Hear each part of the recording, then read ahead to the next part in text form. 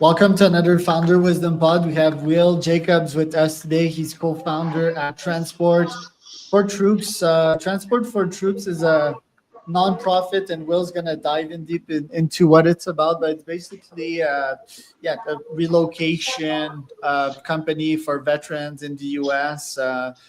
They have a pretty strong impact, so 300 plus shipments, 2,000 plus discounts, and 350 plus reimbursement. So they provide funding and strategic assistance to qualifying members of military transitioning between duty stations assignments.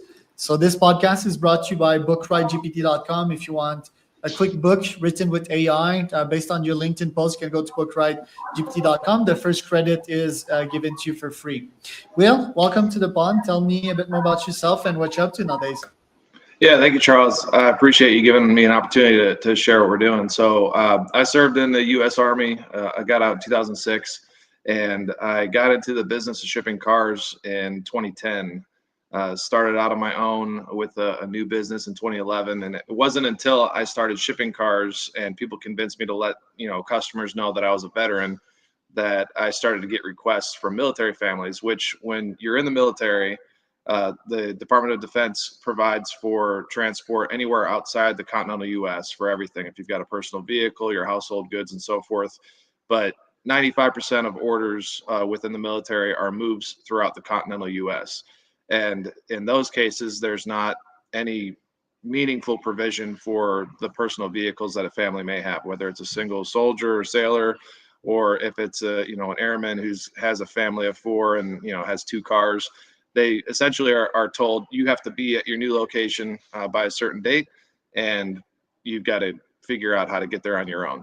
So with roughly 400,000 families, the bulk of which are moving during the spring and summer, essentially forced to make a road trip that they weren't necessarily planning for or looking forward to every 2 to 4 years, there's a huge gap. And as of 2020, which there hasn't been any survey done since then, but as of 2020, the average out-of-pocket cost to the service member was about $5,000 per move, or about $2 billion that service members were having to pay to get relocated to the new duty station.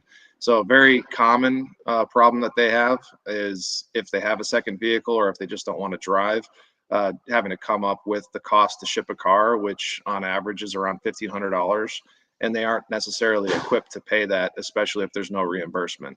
So in 2016, me and another Army veteran, Mike Firehelm, came together and applied for a 501c3, which we were awarded in January 2018, and have been set up since as a public charity, offering discounts and limited free shipping that we've been able to secure so far. Our main sponsor is United Road out of Michigan, and they've been the only real meaningful driver for us with these free shipments.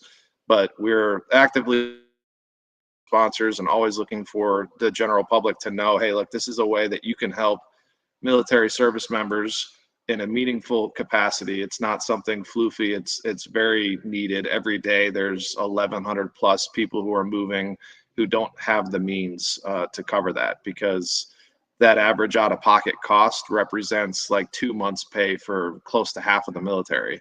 So when you're given those orders, it's generally in short notice, within months and sometimes within weeks of the move.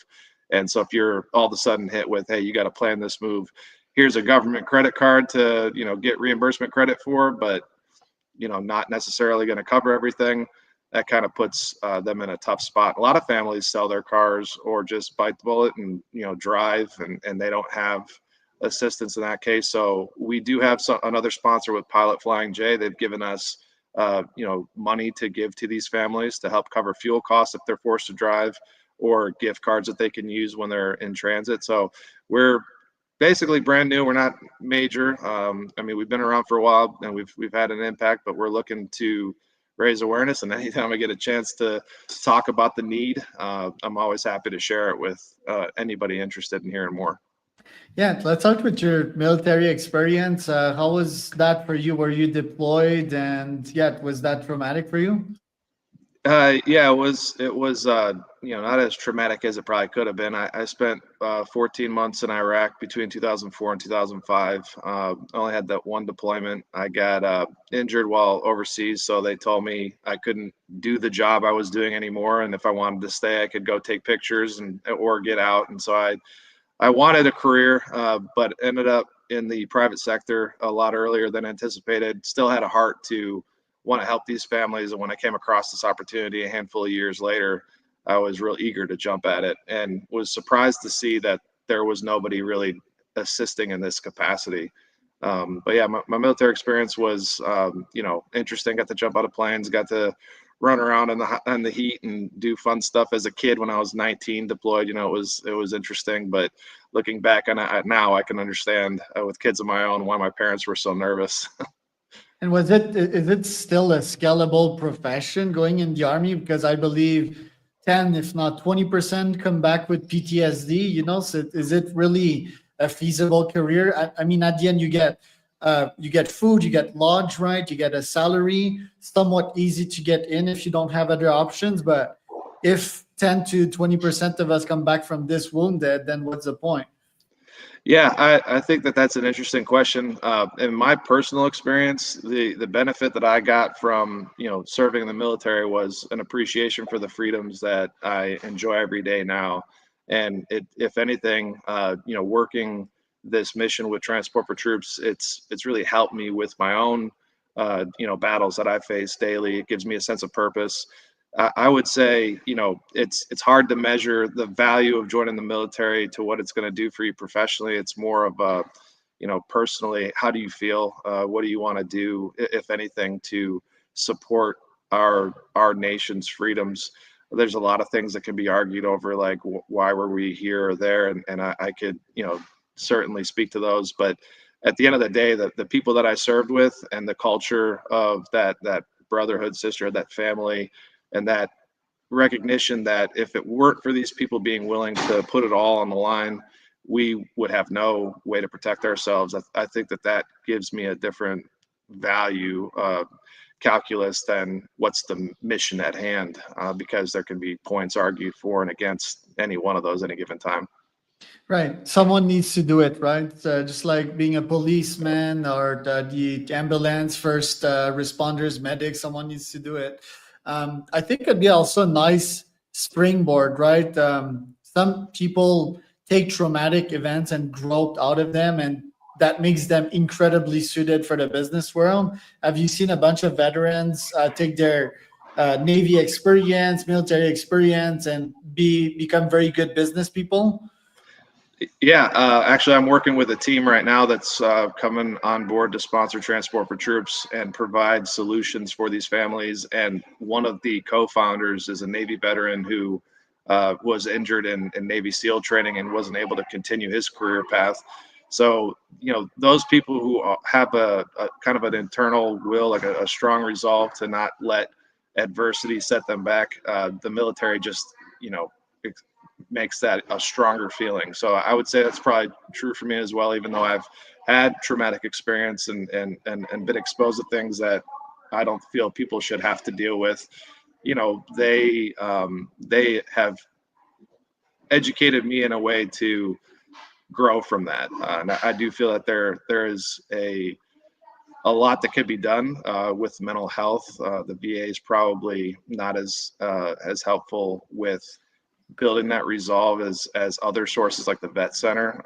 There's treatment plans and so forth, but anything that can be done to educate service members when they get out to face the private sector in the same way that we did, like a battle plan, and not let what the adversity, the enemy is saying, detract or distract you. I feel that the people who follow that path tend to have a lot more success. I would credit my time in the military with a lot of the reasons why I've had success, because I've faced a lot of adversity. Transport for Troops continues to face adversity just because there's a lot of nonprofits out there, a lot of noise, and I'm not a big talking person who wants to pursue like big corporate, connections. So it's a real grassroots effort, and most of our support actually has come from people who we've sponsored. They become evangelists for our mission, and they also contribute to our mission. So it's kind of a culture of we're here to help each other out, and as long as you can kind of hold on to that, you tend to do better in the private sector. Right. And have you been affected by the DEI downscale, or since you're in the military space, like you were exempted from that? Well, I mean, so I got out in 2006, so DEI wasn't something that I really dealt with while I was in the service. It's something that I have, become accustomed to with, the transition over the last decade plus.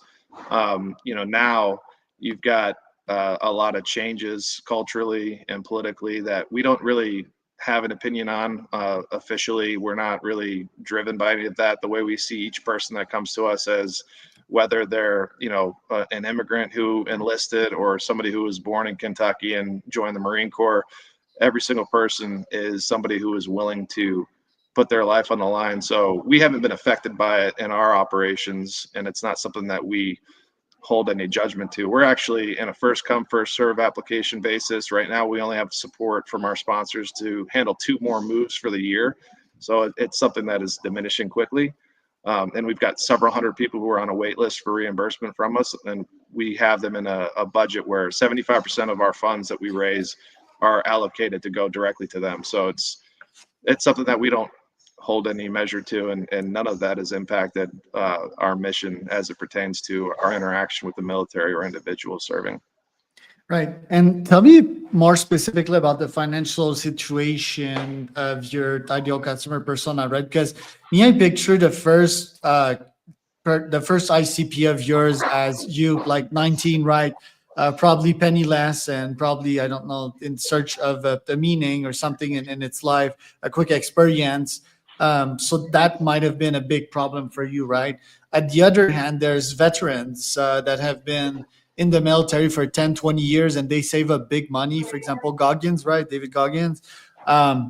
So like, is that your ideal customer persona? Is like 18, 19 years old that are strapped for cash? And also that the second question regarding this is, why would they be assigned to a different military base and not near where they are? And last but not least, if they're young, they don't need like a moving truck. They just need a bus, right? Like a bus to take it one place. So if you could address these 3 points, please.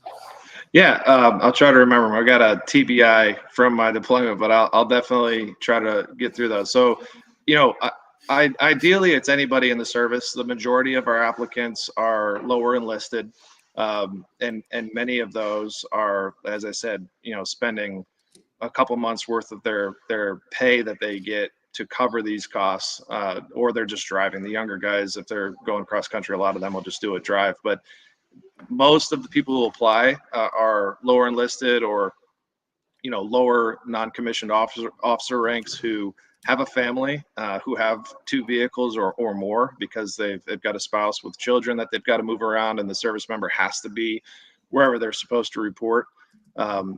These individuals who are serving in the military across the board are, every time they get these orders, which is roughly every 2 to 4 years, facing a tremendous financial burden. And it's not something necessarily that they're able to request. Sometimes they'll be able to request an assignment that's convenient to them, but it's all based on the needs of the branch of the service that they're in. So if they're working on an aircraft carrier in the Navy, or if they're in the infantry in the Army, there's certain locations where they can serve. And if their acumen and experience is required at one location, the military annotates that and puts them on assignment wherever they feel is necessary.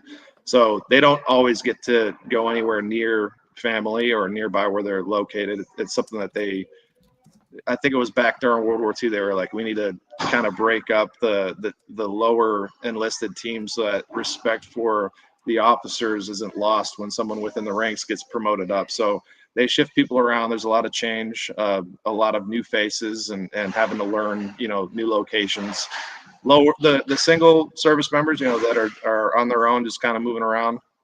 They don't have as much of a I had a TV and I had a few duffel bags and a rucksack, and that was pretty much it. It was real easy for me to move. But I was also stationed outside the continental U.S. when I was in, so the military covered all of my expenses, which is why I didn't really have that personal experience.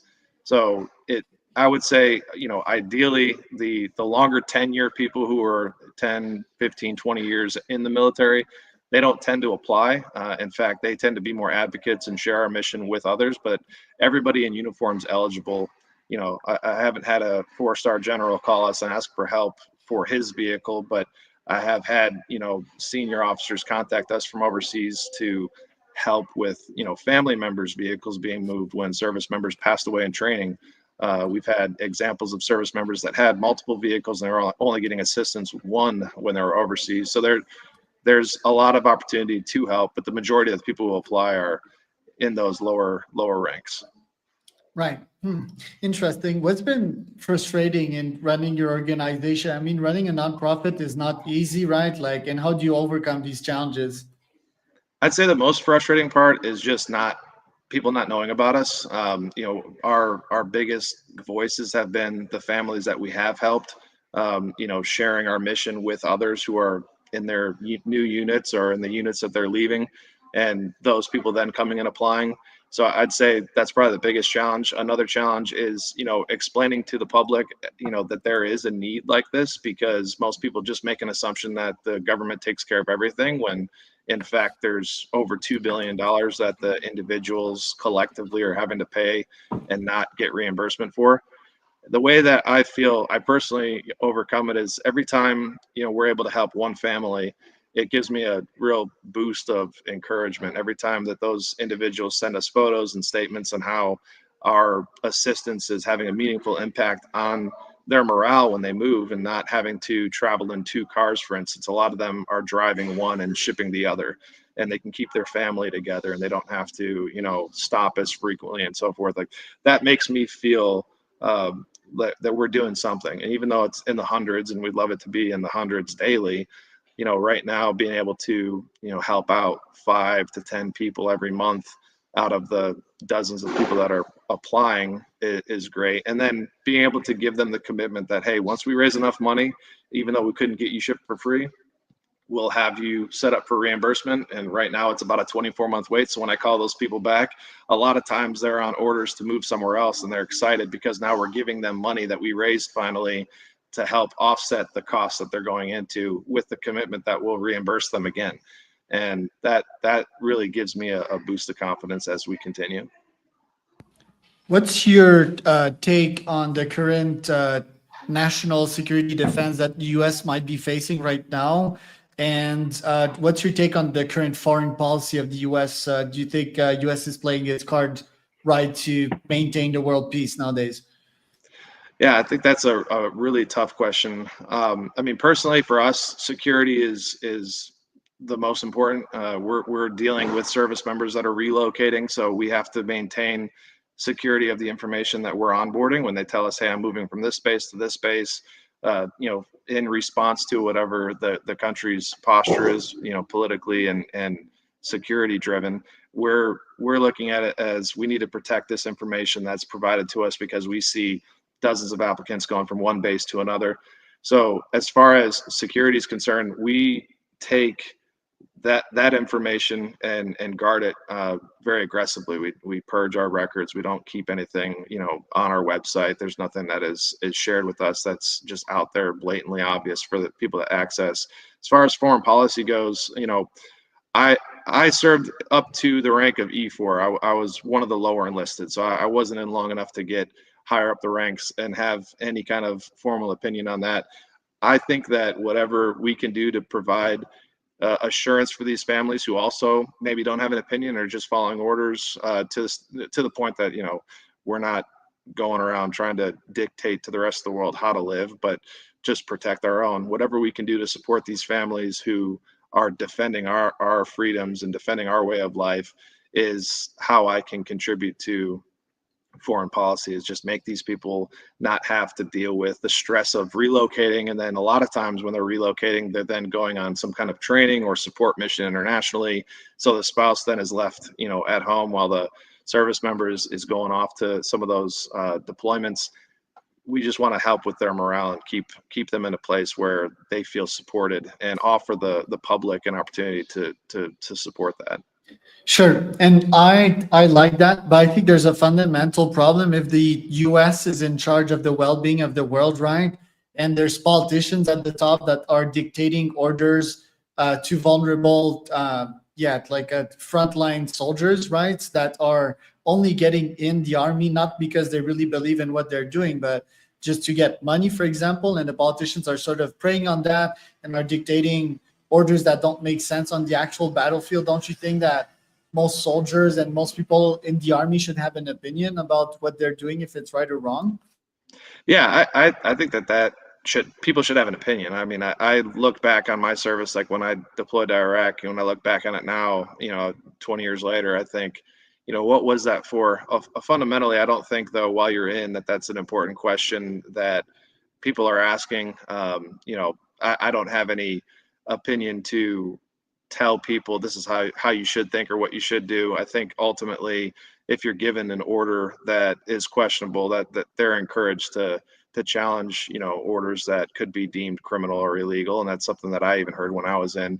But looking at the status of the world and everything geopolitically, like I don't have any kind of say on that with Transport for Troops. Like what we're doing is trying to alleviate the pressures that they're facing so that they don't have to be thinking about other things when if they were ever faced with some kind of questionable order.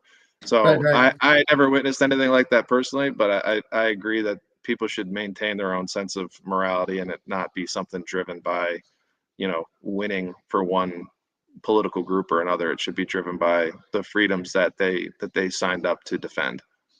Right, for sure. Well, Will, thanks for coming on. I think what you're doing is great. Where can people find out more about you? They can visit transportfortroops.org, all spelled out, and they can learn more about the operation there. We're always looking for more support and sponsors, whether it's an individual or a business. And as I said, 75% of the funds that we raise are allocated to supporting the service members who we provide our assistance to directly. Was William Jacobs and Charles Cormier for another